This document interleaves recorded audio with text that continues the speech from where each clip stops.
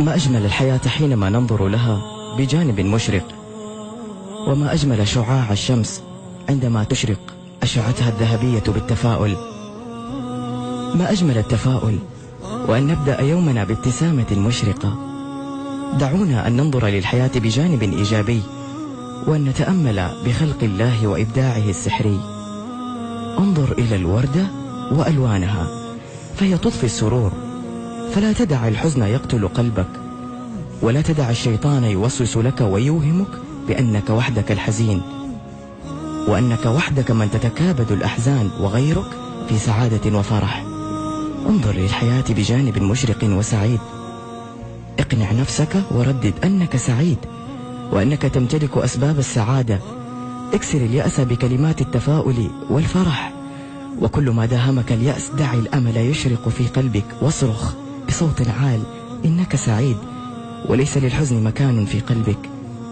ثق بالله ثقة كبيرة، ولتنظر للحمامة وصدق توكلها على الله، ومن توكل على الله فهو حسبه. ابتسم، ودع كل من حولك يبتسم لأجلك. ابتسم، فإن في الابتسامة راحة وصحة. ابتسم، ودع الحياة تشرق لك بألوانها الزاهية. ابتسم، ودع الفرح ينعش روحك. ابتسم وتوكل على الله وتفاءل. ابتسم وتذكر أن بعد العسر يسرا. التفت إلى ما حولك وانظر له بنظرة مشرقة ومتفائلة. حتما ستجد الجمال والرضا والسعادة. تفاءل والجأ إلى الله. افرش سجادتك في ظلام الليل والناس نيام، والهدوء يسكن الأرجاء، وألح بالدعاء ولا تيأس. اقرأ القرآن واسأل الله الخشوع عند تلاوتك، واقرأ آياته بتمعن وهدوء. فثق تماما بانشراح صدرك وانشلاء همك.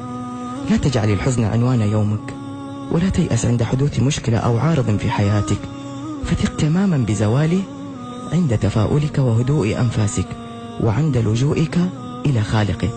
لكن تذكر، ليس السعيد في هذا العالم من ليس لديه مشاكل، ولكن السعداء حقيقة هم أولئك الذين تعلموا كيف يعيشوا مع تلك الأشياء البسيطة التي لديهم ويقتنعوا بها. عش كل لحظة من حياتك كأنها آخر لحظة لك في الحياة. عش بالحب، عش بالأمل، عش بالكفاح والتسامح، وقدر قيمة الحياة، وتوكل على الله.